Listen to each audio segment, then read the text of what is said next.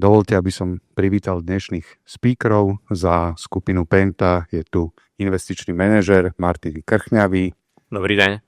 Za poisťovňu Dôvera generálny riaditeľ Martin Kultán. Pekný deň všetkým. Nemocničný sektor reprezentuje Peter Lednický ako generálny riaditeľ medzinárodného holdingu Penta Hospitals International.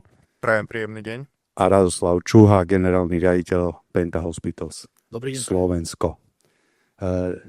Dnešnou témou alebo hlavnou témou je prozaická otázka, kto najviac zarába na slovenskom zdravotníctve. Radi by sme vám predstavili na úvod analýzu, ktorú robil Martin Krchňavý a poprosím ho teraz, aby nám ju predstavil. Nech sa páči. Dobre, tak ešte raz vítajte. Predtým, než sa dostaneme k číslam, tak vlastne taká otázka, že prečo je zisk v zdravotníctve dôležitý. Na úvod by som vlastne začal tým, že Penta je dlhodobý strategický investor. V zdravotníctve pôsobíme 20 rokov a máme ambíciu tu ešte aspoň 20 rokov pôsobiť. To znamená, že vlastne aj optika, ako sa pozeráme na hodnotu firmy, je oveľa komplexnejšia ako len zisk. Vlastne našim cieľom je dlhodobo zvyšovať hodnotu firmy, čo je dôležitejšie ako povedzme zisk v nejakom konkrétnom období.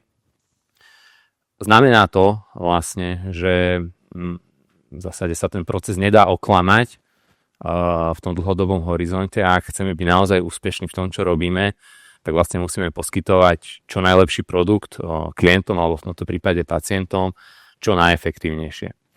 Myslím si, že dobrým príkladom toho, čo sa nám podarilo už inde, napríklad Dr. Max, kde sa nám vlastne v podstate z ničoho podarilo vybudovať druhú najväčšiu sieť lekární v Európe viac ako 3000 pobočkami. A v podstate veľmi podobnú ambíciu máme aj z Penta Hospitals, to znamená, že chceli by sme sa dostať do top 5 vlastne poskytovateľov zdravotnej starostlivosti v Európe. Z toho hľadiska vlastne si dovolím povedať, že zisk nie je cieľ, ale to neznamená, že ten zisk nie je dôležitý, naopak je dôležitý, pretože ja osobne ho vnímam ako indikátor toho, že to robíme dobre a že to robíme dlhodobo udržateľne a vlastne nám to umožňuje ďalší rozvoj a investície do aktív, nie len teda hmotných aktív, ako sú povedzme budovy a prístrojové vybavenia, ale v zásade aj do tzv. Nehmotných aktív, to znamená, že do rozvoju ľudského kapitálu, do rozvoja zamestnancov, vlastne aj do klientskej alebo pacientskej skúsenosti. Takže v zásade aby som nejako zhrnul tento slajd, tak teda zisk nie je cieľ, je dôležitý a je dôležitý práve pre ten ďalší rozvoj a hlavne keď my máme ambíciu dlhodobo sa rozvíjať, tak v zásade nám ukazuje alebo nastavuje zrkadlo, či to robíme správne. Dobre, a teraz vlastne prejdem priamo k číslam, takže na úvod možno nejaké metodické okienko, že vlastne ako toto vzniklo, na čo sa pozeráme.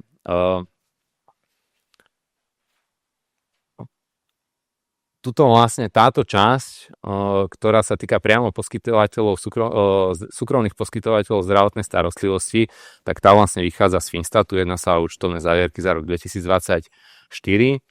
Ten zvyšok, vlastne od všeobecných lekárov vyššie, tak ten nemáme v takom detaile, vychádza vlastne zo správy UDZS. UDZS každý rok vlastne zverejňuje správu o stave verejného zdravotného poistenia, kde sú nejaké základné parametre. Dôvod, prečo vlastne nemáme tento detail, je veľmi jednoduchý. Pokiaľ je poskytovateľ vo verejnom vlastníctve, tak vlastne netvorí štandardné účtovné závierky, ktoré by boli zverejnené na Finstate, takže ten detail nemáme. Čo sa týka liekov a zdravotníckych pomôcok, tak mnoho dodávateľov je zo zahraničia, veľké farmafirmy, takže tie tiež pochopiteľne nezverejňujú dáta na Finstate. A teda tuto sa pozeráme na tie čísla, to nie je zisk, ale teda to sú tržby, zisk bude potom na ďalšom slajde. A keď sa vlastne pozeráme na tú celkovú sumu, ktorá išla do zdravotníctva, tak tu máme, že 8 miliárd. Tu treba dodať, že toto sú vlastne iba peniaze, ktoré išli priamo na liečbu pacientov, čiže išli poskytovateľom, lebo sektor zdravotníctva, okrem teda liečby pacientov, tvorí povedzme aj ministerstvo, správa poisťovní, UDZS, NIHO a vlastne podobné vlastne organizácie. Takže celkový balík, ktorý ide do zdravotníctva, alebo teda ktorý išiel do zdravotníctva v roku 2024, bol bližšie k 9 miliardám, ale teda to, čo sa naozaj použilo na liečbu pacientov, to je týchto 8 miliard, ktoré sa potom vlastne takto následovne delia. Takže ako môžete vidieť, tak zhruba 2,5 miliardy tržieb ide vlastne, alebo prostriedkov ide poskytovateľom vo verejnom vlastníctve. Gros toho sú vlastne štátne nemocnice, alebo teda štátne a verejné nemocnice, pretože tiež napríklad nemocnice VUC-čiek, to znamená, že nemocnice Trenčianskeho kraja a Žilinského kraja sú tiež vlastne v tejto kategórii.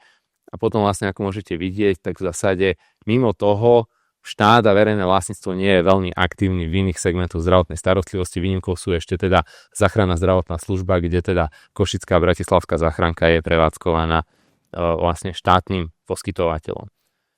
Keď sa pozrieme na ten zvyšok, tých 5,5 miliardy eur, tak vlastne vidíte, že zhruba 1,6 miliardy ide na lieky a pomôcky. To sú v podstate tržby, ktoré idú lekárňam, veľkodistribútorom, na konci dňa vlastne aj farmafirmám, ktoré tie lieky dodávajú. Jedná sa vlastne o všetky lieky, aj tie, ktoré sú vlastne spotrebované v nemocniciach, aj tie, ktoré si vyzvihnete cez recept. K tomu, ako som spomínal, väčší detail nemáme. Veľmi ťažko sa to porovnáva, pretože nejaká malá lekáreň tu na Slovensku, k nej by sme detail mali, ale povedzme k, Zentive detail nemáme, pretože nie sú teda nemajú sídlo na Slovensku. No a teraz, keď sa vlastne pozrieme na tú gro tej analýzy, tak to sú vlastne tí poskytovatelia súkromní poskytovatelia zdravotnej starostlivosti, tak im ide vlastne necelých 3,6 miliardy tržieb. A teda, keď sa pozrieme na to, že kto to je, kto získava tie peniaze, tak sa jedná o zhruba 7 000 registrovaných poskytovateľov zdravotnej starostlivosti. Toto je vlastne ten rozpad, takže jasne, všeobecní lekári dostávajú nejakú časť. Najväčšiu časť dostávajú špecializované ambulancie. To je vlastne to, čo sa stále vraví, že teda to zdravotníctvo naozaj stojí na tej kostre ambulantného sektoru. A potom vlastne následujú polikliniky a jednodňová chirurgia. Tie majú tiež zhruba 400 miliónov tržieb. A potom sú tam vlastne tie súkromné nemocnice, čo sú teda hlavne nemocnice Penty a Agelu, ale nie len, lebo však na Slovensku máme aj iné súkromné nemocnice, tak tie vlastne dostávajú z toho balíka 3,6 miliardy eur, necelú miliardu, potom je tam diagnostika, kúpele, záchranky, tie, ktoré sú súkromné, a potom nejakí ostatní poskytovatelia, napríklad nejaká domáca liečba. Čiže, čo je dôležité, celkové tržby 3,6 miliardy, pričom prevádzkový zisk týchto poskytovateľov tvorí 663 miliónov eur. Tu by som zase spravil takú metodickú odbočku, že čo znamená prevádzkový zisk. Keby sme sa pozerali čisto na čistý zisk, to znamená, že úplne ten posledný riadok, ktorý vidíte vo výsledovke, tak ten zisk by bol nižší, okolo 300 niečo miliónov, ale my si myslíme, že lepší ukazovateľ je ten prevádzkový zisk, ktorý nezohľadňuje povedzme tie, nazvem už, korporátne rozdiely v tom podniku. A teraz skúsim vysvetliť, že keď si niekto napríklad požičia peniaze a musí splácať úver, tak úroky z toho úveru sú zahrnuté v celkovom zisku, ale nie sú zahrnuté v prevádzkovom zisku. To znamená, že keď sa pozeráme na prevádzkový zisk, tak vlastne tie firmy porovnávame to porovnateľné bez ohľadu na to, že ako sú financované, to znamená, či majú úver alebo nemajú úver, či robia nejakú daňovú optimalizáciu, a takisto tam nevstupujú odpisy. V zásade nazvem to, že v finančnej branži sa prevádzkový zisk volá EBITDA, a to je vlastne taký ten, nazvem to, že svätý grál aj pre investorov, ktorí sa vlastne pozerajú, že teda koľko tá firma dokáže reálne vygenerovať zisku predtým, ako dojde k všetkým tým, nazvem, že korporátnym veciam typu úroky z úverov a dania a tak ďalej. No a keď urobíme jednoduché vydelenie vlastne prevádzkového zisku tržbami, tak zistíme, že priemerná marža v teda súkromných poskytovateľov zdravotnej starostlivosti je 18,6%. To je vlastne celok ako sektor. Predtým, ako sa vlastne dostaneme k nejakému väčšiemu detailu tej marže, tak je dôležité spomenúť, že teda oproti zisku súkromného sektora, ktorý bol teda tých 660 miliónov, je vlastne stráta štátnych nemocníc, ktorá v roku 2024 bola 209 miliónov eur, a odhad pre rok 2025 je, že to bude 230 miliónov. Takže keď sa vlastne ideme pozrieť k tomu zisku, takže ešte raz poviem, čiže toto boli tržby a teraz vlastne tu sa ideme pozrieť na zisk. Takže keď sa pozrieme na detail toho prevádzkového zisku 663 miliónov eur, tak vlastne vidíme, že najväčšiu časť toho zisku majú špecializované ambulancie, a potom následujú všeobecní lekári, tieto dve položky tvoria zhruba 70%, potom následujú polikliniky a jednodňová chirurgia, potom následujú súkromné nemocnice, kúpeľná starostlivosť, diagnostika a potom nejaké ďalšie položky. Takže vlastne asi je zrejmý ten nepomer toho, že koľko tržieb kam ide versus kto dosahuje aké zisky. Myslím si, že toto najlepšie ilustruje tento slajd, kde teda sme dali do pomeru ten prevádzkový zisk. Keď videlíte tržbami, tak vlastne dostanete tú prevádzkovú maržu. Takže to je vlastne vidieť, aká je prevádzková marža jednotlivých segmentov zdravotnej starostlivosti. Takže ambulantní lekári 33%. Tu je dôležité povedať, že vlastne mnoho ambulantných lekárov si vypláca minimálnu mzdu za ambulancie, je to pre nich daňovo optimálnejšie a v zásade tá dividenda predstavuje nejakú formu ich príjmu. Potom nasleduje záchranná služba, kúpele, polikliniky, laboratória, dopravná služba, dialýzy a vlastne úplne na konci v rámci tých poskytovateľov sú súkromné nemocnice. Potom ešte teda sú tam aj súkromné zdravotné poisťovne, ale tie už nie sú poskytovateľ súkromnej zdravotnej starostlivosti a vlastne ten ich podiel na zisku nevychádza vlastne z tejto sumy z tých 8 miliárd, ale vlastne je akoby súčasťou toho, čo tuto nie je vidieť, vlastne čo som spomínal, že sú nejaké náklady na správu systému a náklady na vlastne tie organizácie, ktoré pôsobia v zdravotníctve.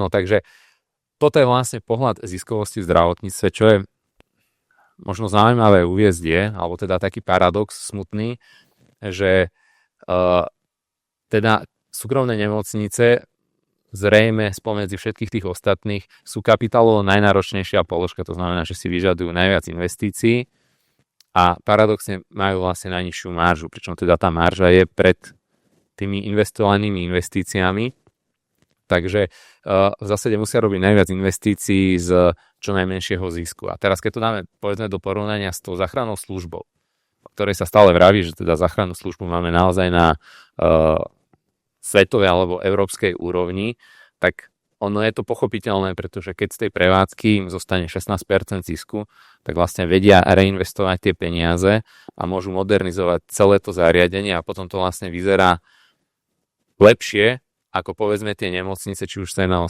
súkromné alebo aj štátne, tak jednoducho, keď tam nie je tá marža, tak není z čoho investovať. Takže, a tu by som ešte povedal, že ten rozdiel by bol ešte oveľa väčší, keby neboli eurofondy, pretože veľká časť investícií, ktoré sa urobili práve v segmente súkromných nemocníc na Slovensku idú z eurofondov. Takže tak by som povedal, že pokiaľ budú súkromné nemocnice alebo nemocnice celkovo dosahovať 4% maržu, tak naozaj nemôžeme očakávať, že sa bude vo veľkom investovať a že budeme stavať nové nemocnice. Že koniec koncov tie, aj čo štát stával, sa všetky stavajú z európskych peňazí.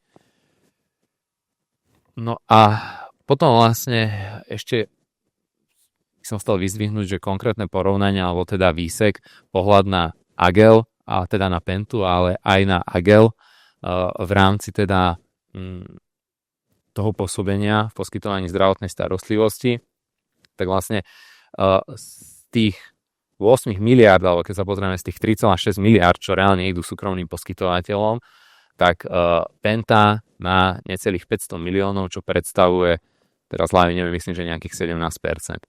Čo je však dôležité je, že zisk, ten prevádzkový zisk, ktorý Penta dosiahla vo svojich 15 nemocniciach a 7 poliklinikách, je za rok 2024 necelých 22 miliónov. To znamená, že hoci náš podiel na celkových tržbách je vysoký, 17%, tak vlastne náš podiel na zisku je iba 3,3%, a robíme to s priemernou maržou 4,4%, čo je nejaký mix nemocníc, ktoré sú zhruba na 4% a poliklinik, ktoré sú s vyššou maržou. Takže keď sa na to pozrieme na zariadenie, tak z 22 zariadení tvoríme zhruba 22 miliónový zisk, takže zhruba je 1 milión na zariadenie, či už nemocnicu alebo polikliniku. A v zásade Agel je na tom podobne. Agel je stále, čo sa týka tržieb, zhruba na úrovni 80% Penty, ich zisk je taktiež nižší, marža je mierne nižšia a ich celkový podiel je 2,3%. Takže túto časť by som vlastne chcel zakončiť tým, že objavujú sa tvrdenia, ktoré vlastne vravia, že slovenskí miliardári bohatli na slovenskom zdravotníctve, tak ako to je z môjho pohľadu že úplný nezmysel, ale úplný, pretože keď aj skúsim ešte skrátke vysvetliť, že vlastne ako sa Penta pozerá na hodnotu svojich firiem, tak ten bežný, a nie len Penta, ale teda ako sa na to pozerá finančný svet, tak ten bežný pohľad je, že sa zoberie práve tá EBITDA, ten prevádzkový zisk, aplikuje sa na to nejaký násobok. Čiže v zdravotníctve povedzme bežný násobok, povedzme, že 8 až 10 násobok, takže v zásade Penta si týmto spôsobom hodnotí slovenskú časť zdravotníctva na zhruba 200 miliónov eur.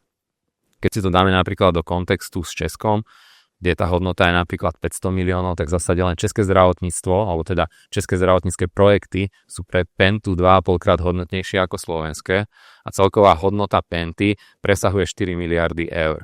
To znamená, že vlastne tých 200 miliónov, čo je hodnota slovenského zdravotníctva, predstavuje v kontexte celej Penty menej ako 5%.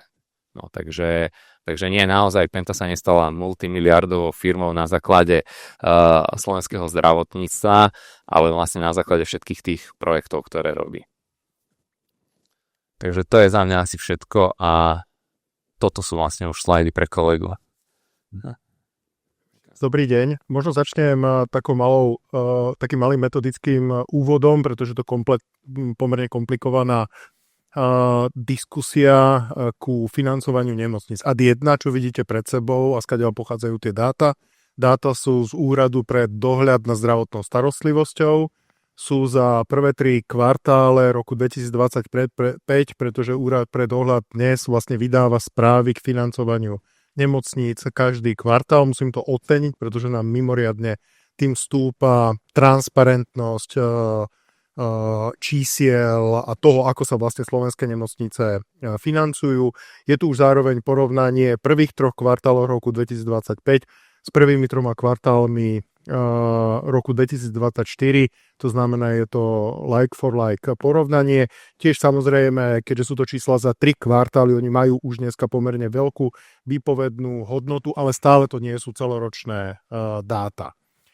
To je prvá vec. Druhá vec, čo je to vlastne efektívna základná sadzba. Aby som to pripodobnil, jednoducho keď sa dohodnete s pekárom, že vám napečie za 10 eur 100 rožkov, tak je to nejaká cena, alebo podľa ceníku idete 10 centov a 101 rohlík, ale keď fyzicky ten pekár napečie iba 50 rohlíkov, to znamená, máte pre vás efektívnu cenu potom 20 centov. To isté sa vlastne takto vyčíslujú aj hospodárenie, alebo to, ako sú financované nemocnice, je to takzvaná efektívna základná sadzba, kde máte efektívny case mix. Case mix je vlastne štandardizovaná hospitalizácia, alebo počet štandardizovaných hospitalizácií. Je to v reči DRG, ako sa vlastne medzi sebou rozprávajú lekári a ekonómovia, že sa vlastne v lôžkovej zdravotnej starostlivosti všetko prepočítava na tzv. Štandardizovanú hospitalizáciu. Príklad, jeden bežný fyziologický pôrod je jedna štandardizovaná hospitalizácia, povedzme resekcia hrubého čreva 1,5 alebo 2 štandardizované hospitalizácie. Veľká neurochirurgická operácia môže byť 4 alebo 5 štandardizovaných hospitalizácií, to znamená, tá nemocnica dostane za toho pacienta ako keby 4 až 5 násobne zaplatené. Tu je vlastne spočítaný efektívny case mix za všetky základné skupiny nemocníc, pričom sme to rozdelili podľa vlastníka, to znamená, prvé 3 skupiny sú verejne vlastnení, sú to priamo štátne, alebo sú to krajské, mestské, čo sú vlastne verejne, oni nie sú priamo príspevkové organizácie, ale tiež nie sú v súkromnom vlastníctva, potom sú tu aj nejaké iné verejné nemocnice. Tiež treba povedať, že všetky tieto čísla nám ukazujú lôžkovú zdravotnú starostlivosť, to znamená, tu nie sú polikliniky, tu nie je diagnostika, pretože nemocnica má tržby nielen z lôžok, ale každá nemocnica, keď ste videli, preto sa volajú nemocnice s poliklinikou, má aj svoju poliklinickú časť, má mnohokrát diagnostiku, dialýzu a tak ďalej. Tieto čísla neobsahujú, tu je vyslovene, ako sa financuje lôžková časť, ako sa financujú hospitalizácie, čo je celkom pochopiteľne dominantná časť činnosti každej nemocnice. No čo z toho môžeme vidieť, keď sa pozrieme na dáta za prvé 3 kvartále roku 2025, tak v prvom rade je potvrdené, a je to opakovane potvrdené, že štátne nemocnice mali v roku 2025 o 10% vyššiu efektívnu základnú sadzbu ako napríklad naše nemocnice. To znamená, keď si zoberiete tie štátne nemocnice mali sadzbu 3513, to znamená my ako Penta Hospital sme mali efektívnu základnú sadzbu, to znamená koľko sme odhospitalizovali versus koľko sme dostali, tak ten výsledok je 3284. Je to nižšie ako sú verejné nemocnice, ako sú štátne nemocnice. Pripomínam, lebo je tu taký mýtus, sa tu pestuje na Slovensku, že súkromné nemocnice sú platené lepšie, ako sú platené ako verejné nemocnice. Tak keď si zoberieme údaje z Najvyššieho kontrolného úradu, ktorý to veľmi dobre mapoval od roku 2019 do roku 2023, tak roku 2019, 2020, 2021, 2022, 2023, po všetkých týchto rokoch boli štátne nemocnice alebo verejné nemocnice platené lepšie, ako boli platené súkromné nemocnice. To isté podľa údajov Úradu pre dohľad nad zdravotnou starostlivosťou bolo v roku 2024 a to isté je za prvé 3 kvartále roku 2025. Čo je druhé, čo môžeme vidieť z tohto porovnania je, že sa postupne zrovnávajú efektívne základné sadzby, pretože kým ešte za prvé kvartále roku 2024 sme videli, že rozptyl medzi najvyššou a najnižšou efektívnou základnou sadzbou, to znamená medzi tou najlepšie a najhoršie platenou nemocnicou alebo skupinou nemocníc, bol až 28%. Dnes v roku 2025 je to už iba 17%, čo je dôsledok dvoch vecí. V prvom rade, že sa zaviedla platba za výkon.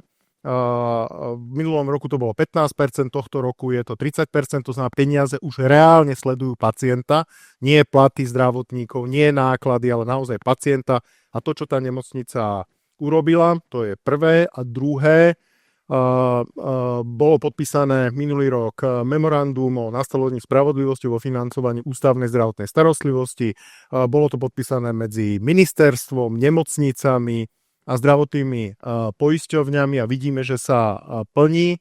To znamená naozaj tie, ktoré boli, tie skupiny nemocníc, ktoré boli minulý rok doslova dá sa povedať podfinancované, tak tie majú vlastne najvyššie medziročné navýšenie.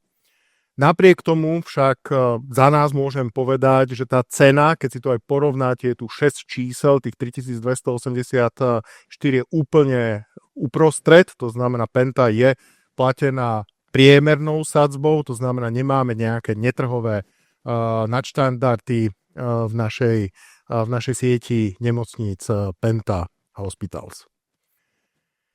Keď prejdeme ku ďalšej tabuľke, táto je, kým tá prvá bola, povedal by som skôr radostná, že sa naozaj ad1 v slovenskom zdravotníctve pre slovenské nemocnice zaviedla platba za výkon a tie výsledky v zrovnávaní základných sadzieb a nastolovaní spravodlivého financovania už môžeme vidieť. Žiaľ, z pohľadu výkonnosti slovenských nemocníc, keď sa pozrieme celkovo, tak výkon slovenských nemocníc v počte hospitalizácií sa medziročne, keď porovnáme prvé 3 kvartály roku 2025 a 2024, znížil o 1,4%. To znamená, napriek vyšším mzdám lekárov sa stále nedokázali slovenské nemocnice prebrať do výkonu. A to máme v situácii, to bude potom diskutované ďalej, keď stále máme skoro 80,000 pacientov na čakacích listinách. Na jednoduchú totálnu endoprotézu sa stále na Slovensku čaká viac ako 1 rok. To znamená, toto je zlá vizitka nemocníc, ale znova, nie všetkých nemocníc. V tomto prípade musím povedať pomerne s celkou pýchou, že Penta Hospital sa podarilo zvýšiť počet hospitalizácií o 1,5%. A je to zo skupiny nemocníc, pretože samozrejme tie skupiny sú nie rovnako veľké. Máte tu univerzitné nemocnice, ktoré robia 97 000 hospitalizácií, fakultné 88 000 hospitalizácií, my robíme 86, povedzme 1000, Agel robí 58 000. Tak z tej skupiny nad 50 000 hospitalizácií iba Penta Hospital sa podarilo zvýšiť medziročný výkon. To znamená, ak sa tu kladie vo verejnosti otázka, kto neodvádza prácu, pre koho sú pacienti na druhom mieste, kto dostáva nezaslúžene viac peňazí, tak my musím povedať za nás, my odpracujeme každé euro, pacient u nás na prvom mieste, to znamená nehľadiac na to, že máme druhú alebo tretiu najnižšiu cenu, sme dokázali medziročne zvýšiť výkon a ten zisk, ktorý ja teda poviem úprimne pokladám, nie za podpriemerný, ale rizikovo nízky pre nemocnice, lebo viete, keď máte maržu ziskovú iba 4,4%, tak nie len, že si nedokážete zabezpečiť investície do budúcnosti, ale hlavne máte tzv. Veľmi tenký headroom, to znamená niečo sa stane, zvýšia sa ceny energií, špeciálneho zdravotného materiálu alebo stupnú platy a vy zrazu sa veľmi rýchlo viete prehúpnúť do straty. To znamená, tento zisk, ktorý ja teda nazývam pre nemocnice je podpriemerný, my za Penta Hospitals určite ale dosahujeme za priemernú cenu, to znamená nemáme nejaké netrhové nadštandardy. Tiež treba povedať, že tí, ktorí sa naozaj trápia z pohľadu produkcie, tu vidíme tie najväčšie mínusy, sú štátne nemocnice, sú to hlavne veľké univerzitné a fakultné nemocnice a tu sa nedá povedať nič iného, a je to to, čo my tvrdíme v podstate konzistentne posledné roky. Skrátený pracovný čas lekárov, fixné mzdy a platový automat je na Slovensku neudržateľný. A nie len z finančného pohľadu, ale hlavne z toho, že on podporuje systémovo zlé formy správania lekárov. Jednoducho, keď si dáte otázku, že keď robím viac alebo robím menej, dostanem rovnaký plat, tak museli by ste byť úplný svetec, aby ste robili viac. To znamená nie. Budete skôr robiť menej, lebo máte paušálny tabuľkový plat. To isté, a ste to videli, keď vidíte, že je ďaleko vyššia marža, alebo teda ziskovosť v ambulanciách v jednodňovke, tak možno aj to je vlastne dôvod toho, prečo má toľko lekárov práve v štátnych nemocniciach a fakultných nemocniciach delené úväzky. Tam je 50% lekárov, ktorí pracujú aj niekde inde. Zvyčajne je to ich ambulancia alebo ich jednodňovka. Je to celkom pochopiteľné z ich pohľadu správania. Problém je, že to veľmi ochudobňuje nemocnice, ktoré sa nedokážu dostať do výkonu a trpí tým slovenský pacient. Ďakujem ja. V skratke okom to ešte tento slajd, on je vybraný, nejako neupravovaný z správy Úradu pre dohľad, opäť 3 kvartále roku 2025. Úrad pre dohľad delí tie nemocnice do 6 skupín. Tá prvá skupina sú štátne, to sú fakultné univerzitné nemocnice. Druhé sú tie, ktoré sú vo vlastníctve kraja, na Slovensku 2 kraje, konkrétne Trenčiansky a Žilinský vlastní nemocnice. A sú tam ešte 3 alebo 4 nemocnice vlastnené mestom, ako napríklad Snina, Kežmarok alebo Stará Ľubovňa. Potom je tam skupina iných verejných nemocníc, to sú všetko neziskovky. Čiže neziskovky štýlu Ilava, Kráľovský Chlmec, Brezno, Piešťany, Veľký Krtiež a podobne. Čiže to je skupina väčšinou tých takých malých nemocníc neziskových. Samozrejme potom sú tu 2 súkromné siete, jedna je Penta, jeden Agel. A potom máme aj iné súkromné nemocnice ako Onkologický ústav svätej Alžbety, sanatórium Koch v Bratislave, ja neviem, nemocnica v Malackách, Šahách a podobne, čiže to je tá skupina posledná iných súkromných nemocníc. A keď sa pozrieme na to, ako to vyzerá, tak najprv poviem za dôveru, ktorá je ten oranžový stĺpec. Dôvera platí všetky skupiny nemocníc, okrem štátnych, plus mínus 1%, čiže v zásade rovnako. Štátne nemocnice v dôvere sú platené o 15% viac ako tieto ostatné. Čím je to dané? Je to dané samozrejme tým hlavne, že štátne nemocnice okrem bežnej výplaty dostávajú ešte peniaze bokom. To je tzv. 191 miliónov, ktoré dostávajú navyše oproti ostatným nemocniciam, ktoré V zásade sú to peniaze za existenciu, nie sú za výkon, nie sú naviazané na nič. Keď sa pozrieme po tých jednotlivých skupinách, tak štátne nemocnice platí najviac dôvera. Ten mýtus je, že dlhodobo pertraktovaný mýtus, že dôvera platí horšie štátne nemocnice. Pozor, aj štátne nemocnice nie sú úplne homogénna skupina. V rámci štátnych nemocníc sú extrémne preplácané univerzitné nemocnice, ako Bratislava, Košice, alebo extrémne preplácané detské nemocnice, Národný ústav detských chorôb, Bystrica, Košice. A naopak, v rámci tej skupiny štátnych nemocníc sú na tom horšie také tie bežné fakultné nemocnice, ktoré sú v krajských mestách. Ale celkovo tá skupina je ako celok najlepšie platená a v dôvere je platená najvyššie. Krajské a mestské nemocnice, tie sú naopak ako celok za všetky tri poisťovne platené nižšie, aj keď sa to postupne zvýšilo, najmenej ich platí všeobecná najviac dôvera. Potom máme tých iných verejných, to sú tie enočky, kde ich naopak najviac platí všeobecná, o niečo menej dôvera, najmenej Unión. Podobne je to v Pente, podobne je to v Ageli, s tým, že keď zoberieme najlepšie platenú nejakú skupinu nemocníc, tak to je práve Agel a VŠZP. Najhoršie platená skupina nemocníc sú to iné verejné, to sú tie enočky a Unión. A potom sú tí iní súkromní, ktorí v minulosti boli trošku viac preplatení. To bola tá skupina nemocníc, kde počas covidu prestali chodiť pacienti, až sa tam úplne až tak nevrátili. A tie iné súkromné nemocnice sú tak plus minus platené podobne. Čiže keď to zhrniem, niekedy počúvame, že problém na Slovensku je krížové vlastníctvo a podobne. Vôbec nie je problém krížové vlastníctva. Tie dáta to ukazujú nielen teraz, ale aj dlhodobo. A druhá vec, nie je pravda, že by dôvera preferovala napríklad nemocnice Penty na úkor štátnych nemocníc, ako sa snažia niektorí deklarovať. Pravda je taká, že keby ich preferovala, tak nevyzerá skupina štátnych nemocníc takto, kde platí dôvera najvyššie, a skupina nemocníc Penta, kde platí dôvera výrazne menej. Dobre, ďakujem pekne. Kolegom sa podarilo byť zrozumiteľnými, tak pevne verím, že sa to podarí aj mne. Ja by som sa chcel s vami rozprávať o tom, čo nám prinieslo memorandum o spravodlivom financovaní.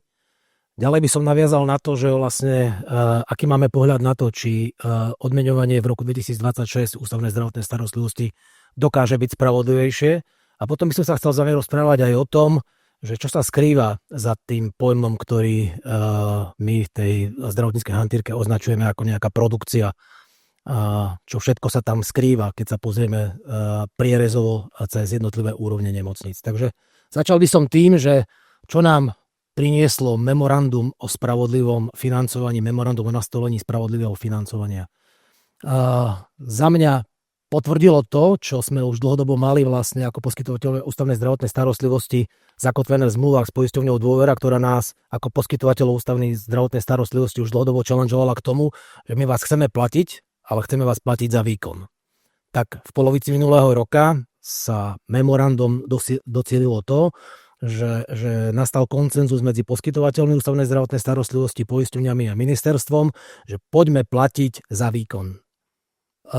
Memorande sa zadefinovalo to, že ten vývoj platobných mechanizmov má nejakú svoju tendenčnú krivku, je rastúca a od roku 2025 do roku 2027 rastie podiel platby za výkon. Opäť v našej hantírke sa to volá full DRG a ja budem používať vlastne tento terminus technicus, aby sme si rozumeli. Čiže platba za full DRG v roku 2025 bola v rozsahu 15% a rozumej tomu spôsobom, že niektoré nemocnice, ktoré vykonávali len týchto 15% výkonov, boli platené systémom full DRG na 100%. Hej. Čiže v rozmedzi minimálne 15% a až 100% boli v roku 2025 jednotlivé nemocnice odmeňované alebo bola uhrádzaná zdravotná starostlivosť, ktorú oni poskytli. No, za našu skupinu môžem povedať, že my sme túto príležitosť, keďže sme boli vychallengeovaní vlastne dôverou, chopili pevne do rúk a všetky tie výkony, ktoré sme mohli robiť v systéme full DRG, tak medziročne sme tento výkon zvýšili až o 14%. Čiže všetky výkony, ktoré sa týkali implantácií endoprotéz, presne definovaných onkovýkonov a kardiovýkonov, tak ich produkciu sme medziročne medzi rokom 24 a rokom 25 zvýšili o 14%. Dokonca aj v časti poskytovaných zdravotníckych služieb, kde dlhodobo sledujeme na Slovensku klesajúci trend pôrodnosti, tak my v službách medicínskych, ktoré nazývame pôrody a starostlivosť o novorodenca, sme poklesli iba o 2%, pretože sme sa naozaj uchádzali o dôveru mamičiek a ponúkali sme im služby, ktoré si oni cenili a tým pádom vlastne sme nezaznamenali v našej sieti ten celoslovenský trend poklesu pôrodnosti o 6 až 8%. No a spravodlivosť. Čo je to spravodlivosť v nastolení financovania? Je to podľa mňa o spravodlivosti úhradových mechanizmov a úhradový mechanizmus je vlastne o nejakom vzorci, ktorý je súčinom výkonu a ceny. Tento súčin sa rovná úhrada. No a keď my na začiatku dňa urobíme vlastne nejakú zásadnú chybu, môže nastať spravodlivosť, keď na začiatku dňa máme rozdiel v CKS základných sádzbách až 23%. A potom nastávajú situácie v tom celom full DRG, že za úplne rovnaký výkon, a tu nám modelovo máme jeden fyziologický pôrod normálne zdravej mamičky, ktorá porodí zdravé bábätko, tak tento pôrod tejto mamičky a starostlivosť o toto bábätko sú v jednej nemocnici platené o 291 eur viac ako v druhej nemocnici, čiže v univerzitnej nemocnici Bratislava je za takýto pôrod výnos až 3124 eur, kdežto v nemocnici Bory len 2833 eur a v nemocnici Spišská Nová Ves len 2538 eur. Mimochodom pozývam vás vo štvrtok všetkých do nemocnice Spišská Nová Ves, kde budeme prezentovať dosiahnutie našich míľnikov v projekte výstavby nemocnice s plánom obnovy a odolnosti. Takže môže byť spravodlivosť, keď na začiatku dňa hovoríme o nejakej nespravodlivosti v rozsahu 23%? No a keď som vravel, že úhradový mechanizmus je o cene a o výkone, tak rád by som hovoril aj o tom výkone. My si všetci musíme uvedomiť, že aký výkon tie jednotlivé typy nemocníc poskytujú. A my naozaj dnes to máme dátovo podložené, pretože Inštitút zdravotníckych analýz eviduje našu výkonnosť prostredníctvom vykonaných medicínskych služieb, medicínskych programov, ktoré boli zadefinované tzv. Optimalizáciou siete nemocníc. A tieto dáta hovoria o tom, že aj veľké univerzitné nemocnice robia výkon úplne rovnaký ako malé regionálne nemocnice, a to v rozsahu až 96%, ak by sme vzali potaz medicínske služby prvej a tretej úrovne, medicínskych programov prvej a tretej úrovne. Ak by sme sa bavili len o medicínskych programoch prvej a druhej úrovne, tak Univerzitná nemocnica Bratislava a Univerzitná nemocnica Košice urobia tieto výkony až v 83% zhodné ako bežná regionálna nemocnica v Spišskej, vo Svidníku, v Trebišove. Takže môžeme dosiahnuť spravodlivosť? Je to rečnícka otázka, keď na začiatku dňa máme rozdiel 23%. Milé dámy, milí páni, ja ešte v skratke k dvom takým slajdom. Oni súvisia s tým, čo sme rozprávali doteraz, že ako má vyzerať platobný mechanizmus, ako platobný mechanizmus môže motivovať alebo naopak demotivovať nemocnice. Všetci vieme, že keď platíme niečo paušálom, a to je jedno, či to je nemocnica, alebo či to je zamestnanec, či to je mzda vybojovaná lekárskymi odborármi, tak ten paušál alebo garantovaná mzda príliš k veciam nemotivuje. Opäť mám tu dve tabulky. Tá prvá je opäť len a len zo správy Úradu pre dohľad, ktorú vydal nedávno, a to je, že ako na Slovensku vyzerajú čakačky. Koľko pacientov je zaradených na čakacích listinách? Je tu Všeobecná, Dôvera, Unión, počty, ktoré sú zaradené, toto bolo konkrétne k 31.8.2025, a koľko to znamená na percente poistencov, čiže 2,1% poistencov VŠZP konkrétne 60 000, je zaradených na čakacích listinách, 0,8% poistencov dôvery, konkrétne vyše 14 000 je zaradených dnes na čakacích listinách a 1,1% poistencov Uniónu, nejakých 7 500 je zaradených na čakacích listinách. To je tých vyše 80 000, o ktorých rozprával pred chvíľkou Peter Lednický. A tá legislatíva vraví, že dnes 15% za minulý rok, 30% v tomto roku a 40% od budúceho roku majú poisťovne platiť nemocniciam priamo za výkony, ktoré robia. Dôvera toto má už dlhodobo, mala to už aj predtým, dohodla sa samozrejme s nemocnicami, aj keď tá legislatíva nebola. A tu ukážem konkrétny príklad, ako sa tie čakačky, samozrejme v tých vybraných, takých známych alebo takých typických medicínskych službách alebo typov zákrokov zmenili. A toto je za posledný rok. Totálna endoprotéza bedrového kĺbu, čiže klasická výmena bedrového kĺbu. Zákonná lehota 395 dní, čiže do 395 dní má byť pacient odoperovaný. Pred rokom takto sa čakalo priemerne 260 dní. Pozor, to je priemer. Niekde 100, niekde 400. Ale priemerne sa čakalo 260 dní. Dnes je to 130 dní, 50% pokles. Podobne je to pri operácii pruhu, to už je ľahšia, nie je taká náročná operácia, ale opäť pokles 34%. Odstránenie žlčníka pokles 32%. Odstránenie maternice pokles 21%. Výkony na srdcových chlopniach pokles 49%. Čo to znamená? Že správna motivácia a samozrejme ochota zdravotnej poisťovne za to zaplatiť. Zdravotná poisťovňa nemá platiť za nerobenie, zdravotná poisťovňa samozrejme má motivovať a zaplatiť. A dostatok nemocníc, musí byť konkurencia, ako ukážem na ďalšom slajde, musí byť trošku v tých nemocnicách aj boj o pacienta. Lebo my sme si zvykli, že to zdravotníctvo je také, že potrebujem sa doprosovať, aby ma niekde vôbec zobrali. Najlepšie fungujú tie časti, kde si ja môžem vyberať. Kde si môžem vyberať pôrodníc, kde si môžem vyberať, kde mi odoperujú chlopňu, kde si môžem vyberať, kde mi spravia pruh, kde si môžem vyberať, kde mi spravia to jedno strojček na zuby. Tam, kde som vôbec rád, že ma zoberú, tak tam všetci vieme, že to nefunguje dobre. Keď má niekto garantovaných klientov, a nie len v zdravotníctve, tak jednoducho to nebude fungovať. A dám to ešte na príklade takých, že jednej konkrétnej veci, a to sú kardiocentrá.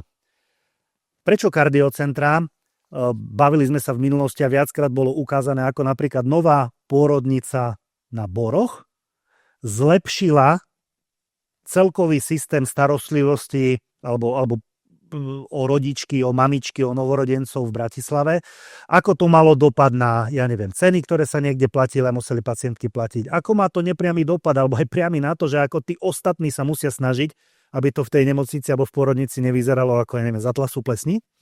A toto je príklad teraz kardiológie. Konkrétne tá modrá čiara, to je situácia v Bratislave, a tá oranžová, to je situácia v Košiciach. V Bratislave začíname v roku 2019, čo bolo rok pred covidom. Bolo jedno kardiocentrum, Národný ústav srdcových cievnych chorôb a vzniklo v priebehu roka CINRE, čiže nové kardiocentrum, ktoré je dnes členom skupiny Penta. Vidíme, že ten počet hospitalizácií v kardiocentre stúpol, to sú dáta dôvery, z 1970 na viac ako 2800. Dokonca vidíme, že tým, že vzniklo nové kardiocentrum, počas covidu bol vždy prepad produkcie. Nemali byť kde pacienti operovaní. To sa v Bratislave neudialo, chvala Bohu. Kardiologická starostlivosť fungovala v Bratislave aj preto, že tu nové kardiocentrum vzniklo. Áno, musia tie kardiocentra súperiť o pacienta, ale dnes sa robí v Bratislave 3600 kardických operácií oproti 1900, čo boli, čo je 86% nárast. Tá situácia v Košiciach bola na začiatku taká, že bolo len jedno kardiocentrum, to konkrétne Východoslovenský ústav srdcových cievnych chorôb. Počas covidu tu ten pokles bolo vidieť, 400 až 500 hospitalizácií menej sa spravilo. V tom 2020, keď už to bolo také, že trošku voľnejšie sa to vrátilo takmer na tú predcovidovú úroveň, vzniklo kardiocentrum Agel a celkovo dnes sa robí o 64% viac hospitalizácií ako predtým, ako kardiocentrá vznikli. Kto z toho benefituje? Samozrejme benefituje z toho pacient. Týmto som chcel poukázať na to, že nie je správne uvažovanie, aké majú, ja neviem, politici, pohlavári, odborári, že tu si nikto nemôže len tak zmyslieť, že si otvorí novú nemocnicu alebo nové oddelenie a pritom ohrozí niekoho existujúceho. Paradoxne tie príklady kardiocenter ukázali, že aj tie štátne sa potom začali snažiť.